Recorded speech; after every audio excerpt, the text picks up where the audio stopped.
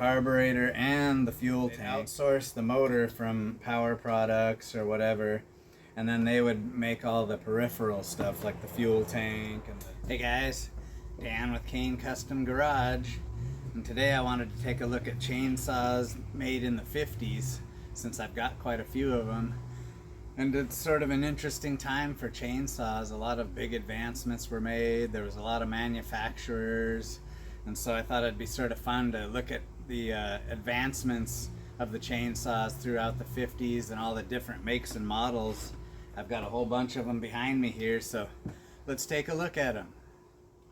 Okay, so just a brief history, guys, since we're only covering saws from the 50s, but we'll sort of preface that with some earlier stuff.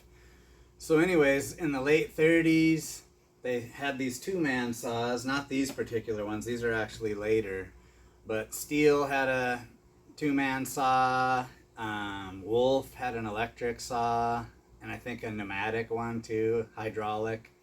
So there were some chainsaws even in the late 30s, but they were big, clunky things like this basically, and not a lot of loggers had them or wanted to use them because they were just so big and clunky, and like a lot of them you had to have cords and hoses, and so a lot of the guys just would rather just hand fell the trees rather than screw around trying to drag a big piece of equipment on it out into the woods. They could actually cut the tree faster by the time they screwed around with all that. So the chainsaws didn't really like gain popularity until like the late 40s, and then yeah, early 50s they really started coming on strong. And so this is where we're gonna start. So yeah, the first ones that they really had were these two-man saws, and like I said, they'd had them for years, and the commercial loggers used them, but you know, they were still clunky and big and heavy. And before that, they had drag saws, which were, you know, just the back and forth saws that ran off of like a gas engine or steam powered. So anyways, by the late 40s, like 49, 50, they came out with these more modern two-man saws. Henry Diston Saw Company partnered with Mercury to make a gas-powered chainsaw, which is, it's basically an outboard boat motor made into a chainsaw, adapted to a chainsaw basically, and so they marketed it that way. And Diston actually did have a one-man saw that was gear reduction. It had the scratcher chain on it, but it wasn't that popular, and so after that, Diston basically like got out of the market. But this is a Mercury key coffer engine that they partnered with Diston and made this Mercury DA211 two-man chainsaw. And these were really, loggers liked these things because the engines were reliable, and I mean, this thing sat for like 40 years in a shed, and I got it from my ex-wife's grandpa, and yeah, he picked it up. They were gonna take it to the salvage yard, they were gonna junk it, and he saved it and stuck it in his shed, and it sat in the shed for 40 years. And the cool thing about a lot of these old chainsaws is, you know, the early ones were float style carbs, and so it could sit for years, and if the carburetor was empty and clean, you could fuel it up and it would probably run. And this one, actually, I didn't really do a whole lot to. The only thing that was messed up was the starter, so I had to fix the starter on it, but I literally did not touch the carburetor or anything on this. I just cleaned it up, painted a couple of parts and pieces, but yeah, we literally didn't even touch the engine or the carb on this thing, and it always starts up. Yeah, watch this thing, it'll probably fire up. It hasn't started. I haven't started it in a couple weeks. I always fire it up when people come over just to show them. But yeah, you turn the fuel on, turn on the ignition, pull the choke. Come on.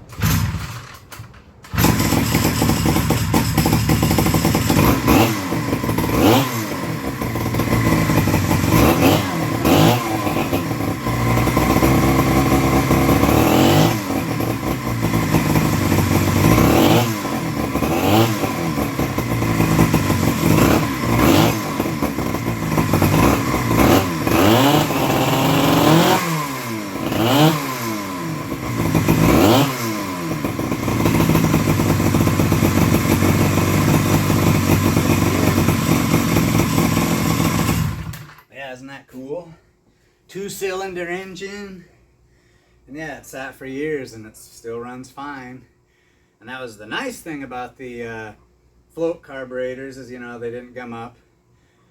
And then they, you know, were trying to figure out what to do so that they could get rid of these float style carburetors, because like when you wanted to fell a tree, you couldn't turn the engine on its side because it would flood out. And so like these things you could actually turn the blade on. So like if you wanted to fell a tree, you just loosened up the clamp and then you turn the bar sideways like that. And that was their way around it. But that's one reason why these old things will run after sitting for so long, is because the float carburetors don't go to crap like the diaphragm ones do. And that's sort of the downfall a lot of the old saws that sit around, is the diaphragm goes bad in the carburetor and then they won't run and then they just get thrown away. So I've saved so many saws and that's all it is the diaphragm's dried up in the carb. So anyways, that's this Mercury. Mcculloch had one. So this is I think this is like a 51, 52 model. 1951. Here's a Mcculloch 2-man saw. And this is a, what is this? It's a 755. This is a single cylinder. It's a big motor though. I can't remember what the cc's is on these things. But it's a lot. But yeah, so Mcculloch had their version. This is probably like early 50s too. And Mcculloch actually had a 1-man saw too about this period, which would be like the late 40s, early 50s. They had a 1-man saw that was really popular. It was still gear reduced. And that was the other thing with these early saws, is the engine technology. The engines weren't powerful enough to pull a big chain like this. They just didn't have the speed, and so all these old saws had to be gear reduced. They had a transmission on them so that they could make the torque to pull that chain through the wood, and so they were heavy and clunky. I mean, this thing's freaking heavy.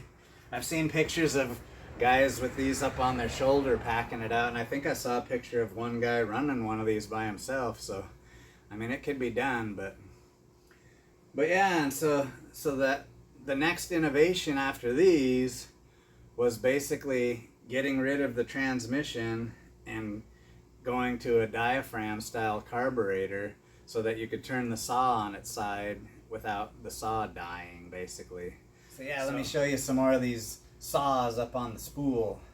I got a whole bunch more of these. We'll sort of go through to the late 50s. Okay, so the technology was starting to move quickly in the early 50s on these old saws. Like I said, they were trying to figure out a way to get rid of the float style carburetors and also get rid of that heavy transmission. And so Pioneer, or IEL Pioneer, which was a Canadian company, Industrial Engineering Limited, they came up with the first direct drive chainsaw, which is this model. It's like the early ones were an HA and then HB, but it's basically a model HB. Like 1951 to 1953 they came out with this saw. So with direct drive, they got rid of the transmission, and then to solve the carburetor problem, they had this swiveling, you push the button back here, oh this one, and you could swivel the carburetor and the fuel tank so that you could turn the saw on its side to cut a tree. And then when you're ready to buck it, you could flip this bad boy back up and then you could buck up the wood. So they sort of half got there. They got rid of the transmission and they got it to where you could use it to fell a tree. So next step would be to get rid of the float style carburetor. But yeah, this is a cool old saw. It doesn't run. I haven't got it running yet. It'll be cool if I can get this old beast running. But yeah, Pioneer was an innovator along with Mcculloch. Mcculloch, like I said, they had the first 1-man saw technically, but it still had a transmission on it. And there was some debate about that, whether Mcculloch was first, but from what I understand, this is the first direct drive one-man chainsaw right here. The old Pioneer. So that's that. And then, after that, after this, they came up with another model, which I can't remember. I can't remember what the model designation is, but it's basically the same chainsaw, but they put a diaphragm carburetor on it, and so it looks like this, but you don't have to swivel the back. And so yeah, they were progressing. And then, so something a little bit. Here's some Mcculloch's one-man saw. So everybody was coming out with everything in the early 50s. I think these are early 50s too. Maybe closer to mid 50s. I'll check it out. But so this is Mcculloch's one-man saw.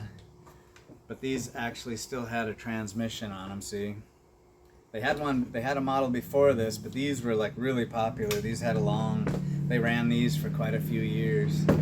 Transmission on the front, but Mcculloch had their own. They had their own proprietary diaphragm style carburetor, if you want to call it a carburetor. It's really funky. This is it, this whole thing here. So that's their version of, that's how they got around. This is how you do the fuel mixture. And this is the primer. But yeah, these were sort of unique saws. The old lunchbox saw, a lot of people called it. They're freaking heavy. Oh. But yeah, the Super 33 was sort of the deluxe model, I guess. A little bit more power. And then the 35, the Model 35 was the old workhorse. They made a crap load of these things. But yeah, they're sort of unique with that funky carburetor setup. And then the points is under this cover here.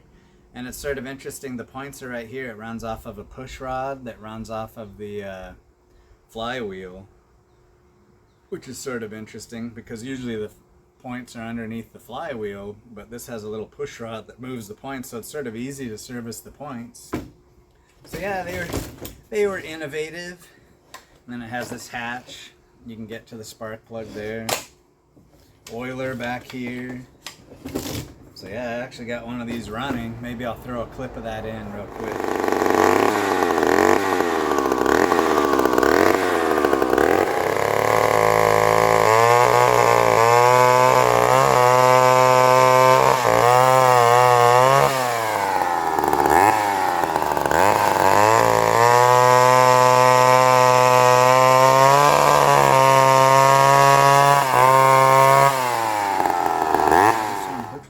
This one runs and cuts wood, if you can believe that.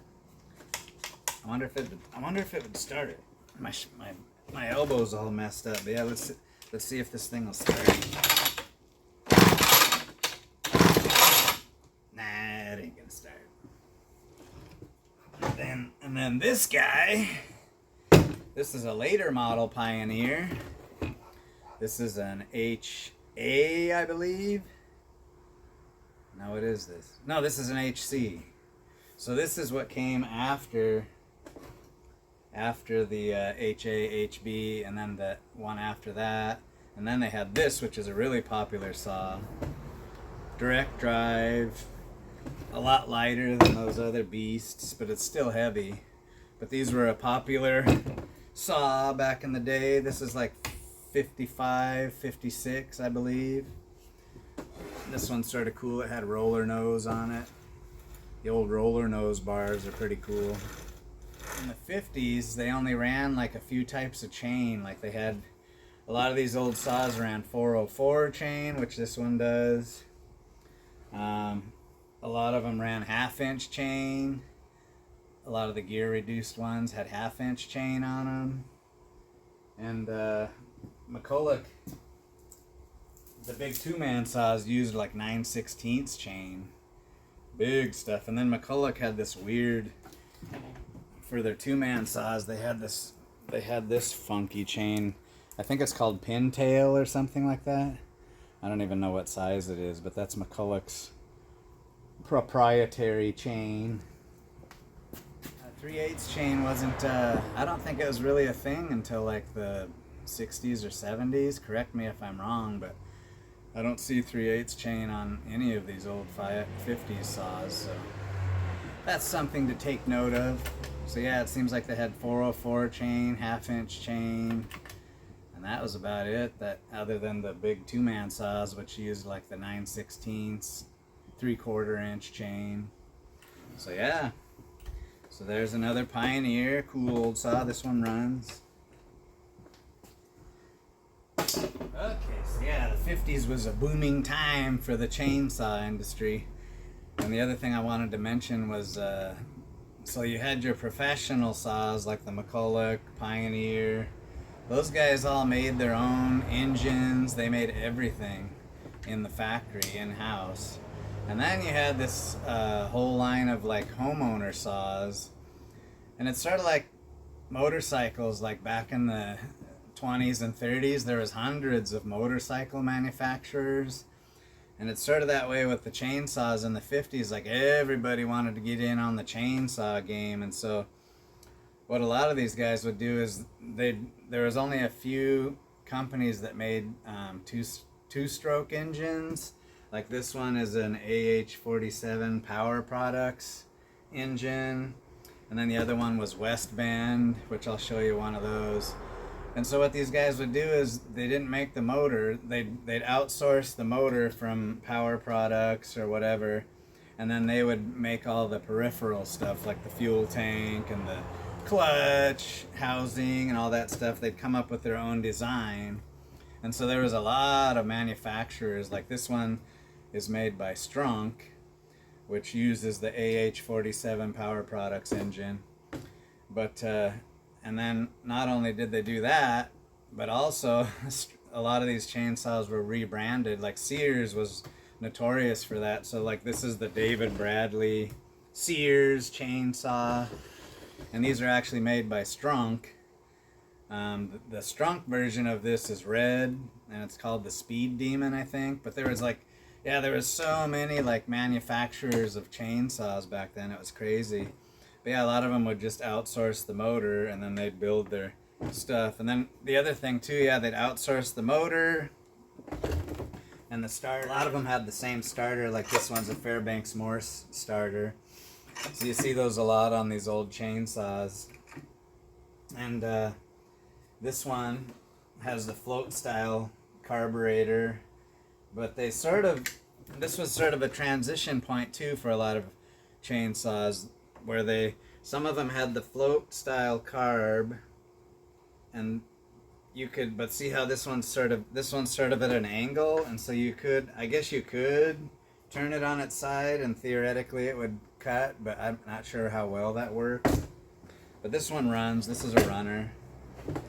And then when they got into the diaphragm style carburetors, I think they had, yeah, how the heck did that work? Because the modern diaphragm style carburetors, they have the metering side and then they have the pump side, which pumps, so one side pumps the fuel and the other side meters how much fuel is getting into the engine depending on the RPM. But the first diaphragm carburetors only had like one diaphragm, if I'm thinking correctly. And so it was sort of a half and half deal, and then they went to the two diaphragm runs. So yeah, it's confusing, I know. So I think the ones that had the single diaphragm relied on gravity to feed the carburetor. I think that's what it was. So anyways, they were sort of like transitioning to the full diaphragm carburetor. So there's the old David Bradley Sears version. Big old, oh, this thing's freaking heavy. I mean, this is ridiculously heavy. And these chainsaws this one has a transmission on it too. It's gear reduced. But yeah, these things were ridiculously heavy, and the chain speed was really slow on them. Like if you notice that when I was running that two-man saw, you could see how slow the chain speed is. So slow chain speed, but they had enough torque because of the transmission that they could pull it through the wood. And so as the years went by, so like this Pioneer chainsaw, this direct drive chainsaw, which means no transmission, it's just running straight off the motor. They were able to get the chain speed up high enough, and they were able to get the motor to run enough RPMs to pull the chain. And so that was sort of the transition point. So yeah, you had them homeowner saws. Here's a Titan saw. This was made by, this one I fully restored, and you could actually get decals for it from that Sugar Creek supply place. But this one was really cool, just because of all the cool metal finishes and textures and colors. But this one had the single diaphragm carb on it that I was talking about. And a lot of these old 50s chainsaws had these weird ribbon type air filters. I'm not even sure what that's made out of, but it's called the ribbon style air filter. But so yeah, this is another one. I think this is a West Bend engine on this one. So Titan outsourced the engine, and this one has a Fairbanks Morse starter on it too. And then they cast their own fuel tank, oil tank, all that peripheral stuff, and sort of designed their own chainsaw. And this one's sort of an oddball because the bar and chain's on the left-hand side. So that's sort of an odd thing. But this one is a direct drive chainsaw, I believe. Is it? Yeah. So yeah, this one's a, what year is this? I think this is a 54 or 55. But yeah, this is, yeah, I didn't even pay attention to that. But yeah, it's a direct drive chainsaw. I'll be dipped.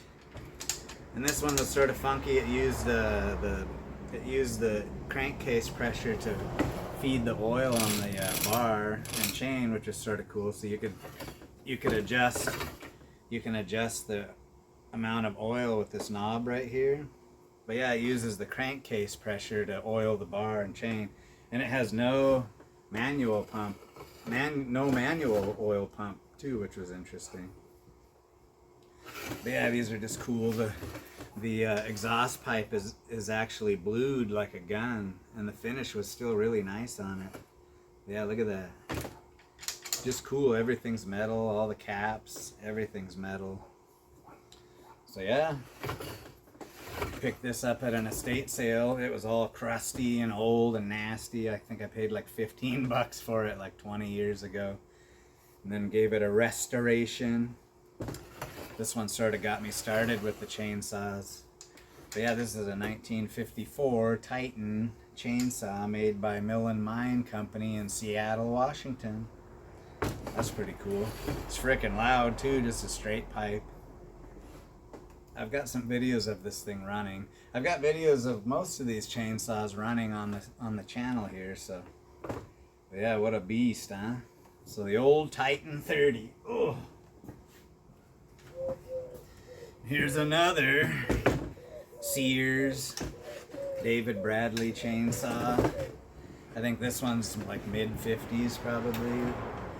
Maybe 55, 56. But yeah, see, it has the outsourced engine. I think is that the West Bend motor? I always get them confused. West Bend or Power Products. There's another Fairbanks Morse starter.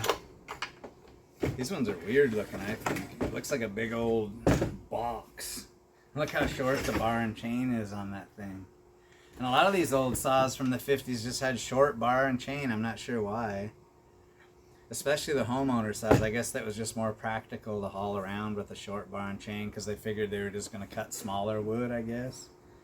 But yeah, these ones are clunky and slow. Is this one direct drive? Yeah? I guess it is. So yeah, this one is direct drive. Huh, that's interesting. The other thing that trips me out on the Ugh.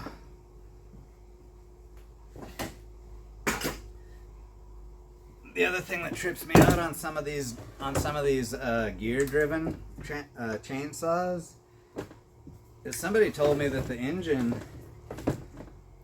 actually runs backwards on some of them because the gear reduction runs the chain forward. So some of these the engine runs backward. Don't quote me on that, but I'm pretty sure that's the way it works. Because I was confused on one of these. I was like, what the heck? But yeah, the engine runs backwards, and then I don't know. It's weird. But yeah, man, this thing's heavy. Okay, now we're getting into the later 50s stuff, guys. So here's a 1957 Pioneer RA chainsaw. And this is one of my favorites because this is why I love chainsaws so much. I mean, look at this thing. It's like an old hot rod. It's just so 50s looking. And like these are really cool. They have a hood you can take off. They got a cool old air cleaner. They got this glass float bowl that you can see the gas pumping in. You can take it off and clean it. Here's the oil pumper. But yeah, they're just cool. And these ones are direct drive. This is 100 cc's, which sounds impressive, but in reality, it's not the most. I mean, they're powerful, but it's nothing like today's saws.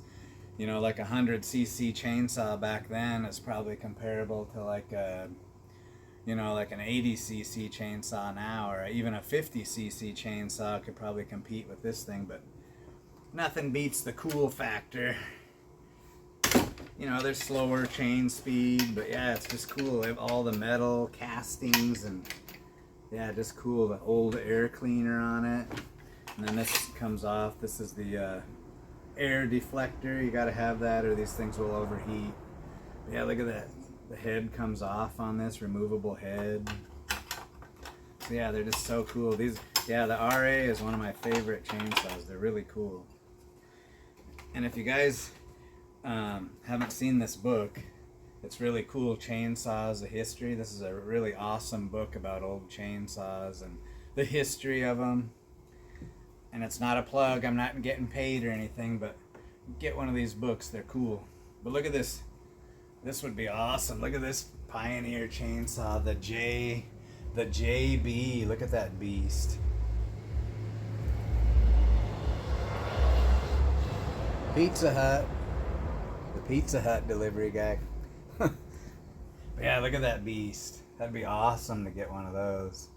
123 cc's. I bet you that thing's an animal. But yeah, this book's cool. It's got all the old stuff in it. See, there's the old RA right there. There it is. There's the RA. There's the HC. And then there's that one I was talking about that they got rid of the swivel back. So that, oh, that's the HM. Yeah, it says the Pioneer. Oh, come on. Come on, people. But yeah, the Pioneer HM combined the two major innovations of the day, direct drive and the diaphragm carburetor, permitting it to cut in any position with no swiveling. Especially popular in small tree areas. Yeah, this is a really cool book. It's been out for a while now. You can get it online. Yeah, see, there's the old IEL chainsaws. Look at that beast. The Super Twin. That'd be awesome to find one of those. But yeah, cool book. Okay, so now we're getting into the late 50s, guys. And I know you're saying, wait a minute, I thought they were trying to get rid of gear drive chainsaws. But this is a 59, I think. I think this is a 1959 Mcculloch 181 gear drive. I got a manual, and here's one of the gear case oil cans. But I think they're still making the gear drive saws just for the professional, basically, not for the homeowner. So you could still get these gear drive saws, these big monsters, you know, for the commercial guys cutting timber and stuff like that. But I think this was probably like the tail end of gear drive saws, you know, probably like by the time you hit the early 60s and stuff, they were sort of phasing them out, I would imagine. But look at this beast. It's a massive, just cool looking old saw. It has a big 1/2-inch chain, loud as hell. I sort of dolled this one up. I put a bunch of polished fasteners and nuts on it, and it runs. And then I got a chrome fan cover. They didn't actually come with one of these. I got this from the chainsaw guy, the West Coast muscle saws guy. What's his name? Rich? I think Rich. Yeah, I got this from him years ago. He sent it to me. So that's sort of cool. But yeah, look at that beast. Big old heavy sucker. But it can cut. She's a cutter. So yeah. So that's the Mcculloch gear drive, 1959. And then Homelite was still making gear drive saws.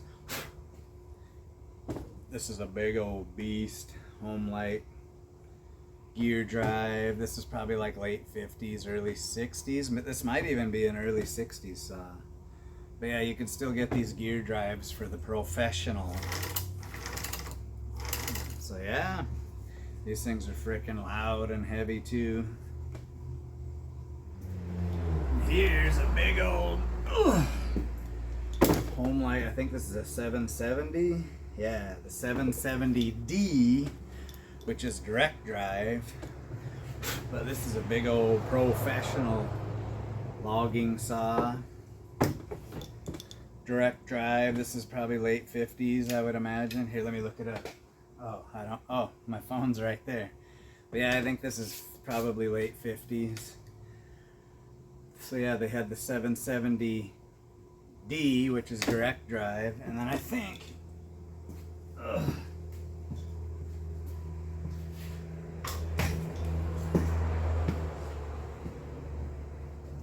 and then I just got this. My buddy Troy picked this up at a yard sale for me for free.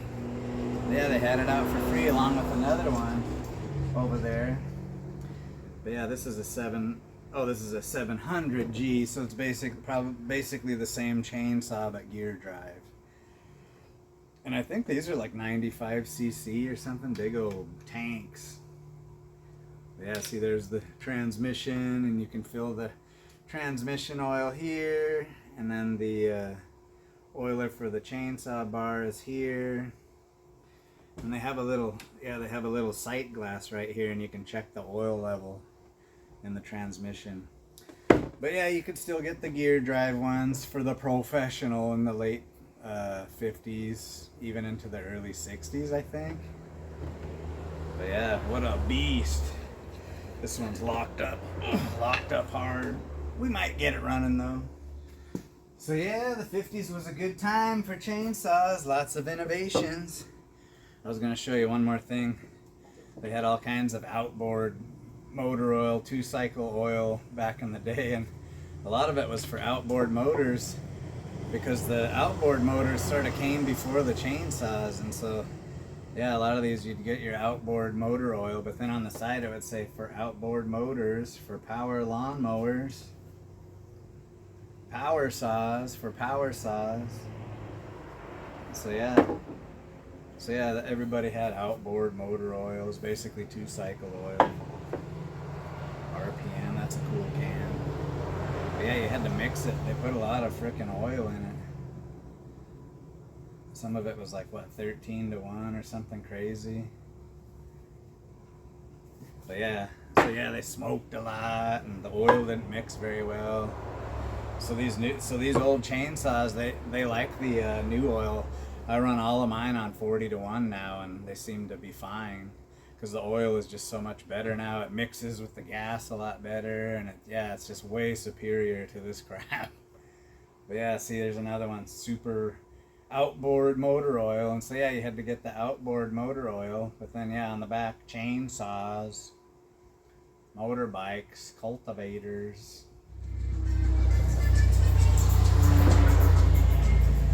Some of the companies actually did make their own oil. Like Pioneer had theirs, Homelite did. So yeah, it was sort of the Wild West of oils back then.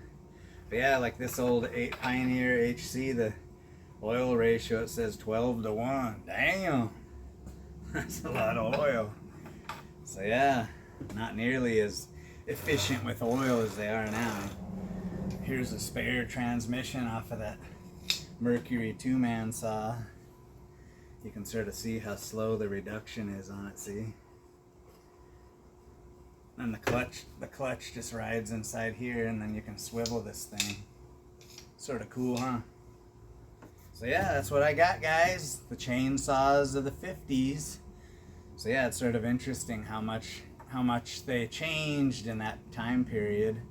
And then of course, you know, your modern chainsaws are so much lighter, so much faster, a lot more efficient, cleaner burning. But anyways, the old chainsaws are just so cool because there were so many makes and models back then, and that's why I like them. So yeah, hopefully you found this video interesting. I've got hundreds of other chainsaw videos on here, so go check those out. Thanks for watching, guys.